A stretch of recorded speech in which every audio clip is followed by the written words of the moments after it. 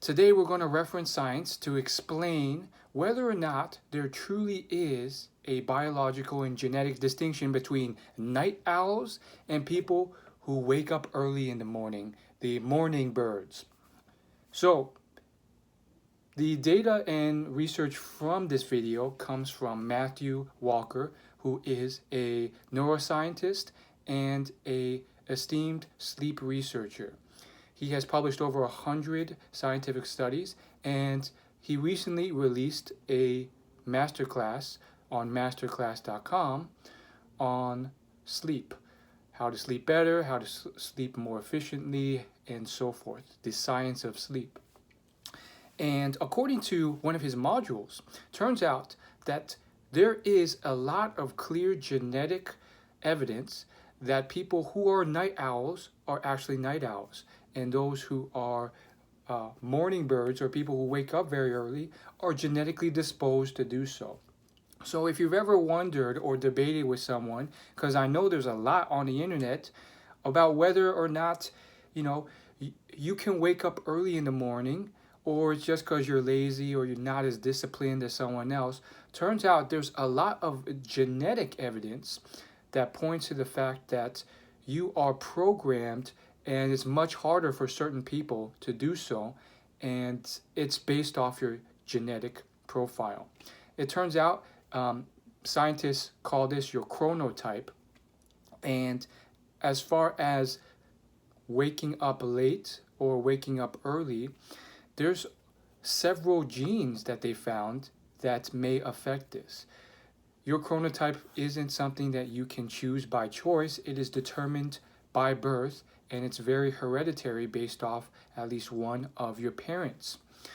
So this is very fascinating, and I think it really opens the door for more discussion when people say, oh, everyone should wake up at 5 a.m. All the successful people wake up at 3 a.m. And if you're not, you're just lazy and you don't have as much discipline and you're a worse off person.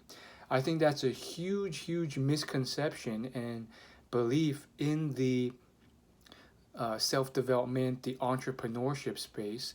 And a lot of people have, you know, followed a lot of these trends or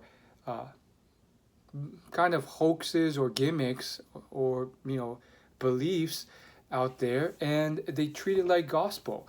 And one of those things is, oh, if you want to be successful, if you want to be a millionaire, you have to wake up at 2 a.m. and start your day, and you're getting ahead of the world by working harder. Well, Matthew Walker says that's not necessarily the case.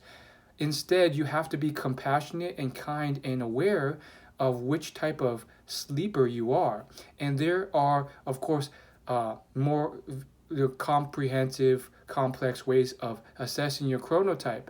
But he says that simple questionnaires are usually enough to get an accurate sense of your chronotype. Are you a night owl? Are you an early waker? Or are you somewhere in between? He says that 25% are night owls, 25% of the population wake up early, and then the rest, 50%, have a chronotype, a genetic disposition that falls somewhere in between that spectrum. And for some people, they have extreme levels, others not so much. In terms of teenagers, a lot of teenagers are unfortunately forced to wake up very early for school, 4 or 5 a.m., even though their chronotypes are actually ones who would be better suited to wake up around maybe 11, 10, or even noon, and that's when they're most productive in the day. So unfortunately, because of a kind of dated school system, they are forced to wake up much earlier than their peak performance, and they have to sleep off that sleep debt, which is another real thing on the weekends. That's something I'm very familiar with. Some students watching this can probably relate to as well. So unfortunately, what can we do? Well, Matthew recommends first identifying your base chronotype and then allowing for a reasonable amount of flexibility within that.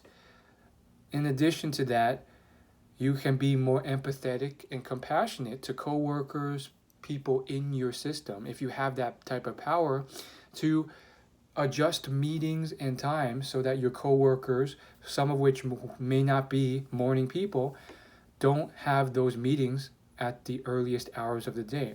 Because by acknowledging that this is not their peak moment of performance, you can kind of realize, okay, now we'll have to adjust and maybe schedule the meeting later in the day, and it'll work better for everyone involved. So for me, that means knowing that I am a night owl and my framework may be able to adjust by 1 or 2 hours within my general sleep schedule. Um, and going ahead and doing that. So maybe going to bed at 11 a.m. rather than 1 a.m. That's a potential thing for me. And then scheduling my most important meetings closer to 11, 12, or 1 p.m. rather than 8 a.m., 9 a.m. I'm also being more considerate of other people's chronotypes. Some people I know are clearly early birds. So scheduling a meeting as late as 4, 3, or 5, that's going to be where they're already exhausted. And it also brings up a discussion on whether or not you're actually getting ahead of the day or succeeding more because you're waking up early and getting ahead. And I truly believe that this is another fallacy and misbelief out there that's being spread. Because when you wake up early, you have to go to bed early. So while that's one way of getting ahead initially, as long as the night owls wake up late and still do just as much, if not more, work before they go to bed, it doesn't matter. All that really matters is the total amount of work you put in on average on a daily basis. And so I'm sure there's some early birds who think they're getting ahead, but they're still being outworked by some night owls. So don't let that affect you too much and just think it matters. All that really matters is your total work output. And unfortunately, there are people who are going to glorify waking up early and they're still getting outworked. And that's what's going to matter at the end of the day. So same thing with night owls. I think, there's a lot of early bird entrepreneurs, unfortunately. And then there's still some night owls I know, like Jeff Cavalier of Athlete X. He has like 10 million subscribers on YouTube, fitness brand. In a few of his videos, day in the life videos, he makes it very clear that he's a night owl, and he outworks everyone late into the night, and that's how he feels when he feels like he's getting ahead of the world. So keep that in mind. One last thing is trying to really force through your chronotype to especially to an extreme, can cause a lot of negative health effects. Matthew discusses how when you go to sleep in the night and when you go to sleep in the day and wake up in the night, you can have a lot of negative health effects. And they've done studies on night shift workers who do that, which is a complete 180 of the regularly designed way that our bodies are supposed to function, which is to see daylight and go to sleep when there's night. They have higher levels of depression, anxiety, cardiovascular disease, and all sorts of other negative health benefits. So once again, I'm a huge fan of masterclass.com. If you're interested in getting basically the Netflix of self-improvement from some of the world's top experts, imagine getting a university for not the price of a college tuition, but for the price of Netflix from some of the most credible people in the world, the top business leaders, the top singers. We have Usher on there. We have Christina Aguilera on there. We have the best athletes on there. Stephen Curry's on there. Serena Williams has a masterclass. To the best business experts, to the best chefs in the world, Gordon Ramsay's on there. And all sorts of other people you've never heard of before. We have master gardeners on there, master sleep researchers on there, master dog trainers on there, master writers and authors on there. We have R.L. Stein, who wrote all those Goosebump books. We have Malcolm Gladwell. He teaches writing. We have storytellers on there. We have musicians, composers, Hans Zimmer's.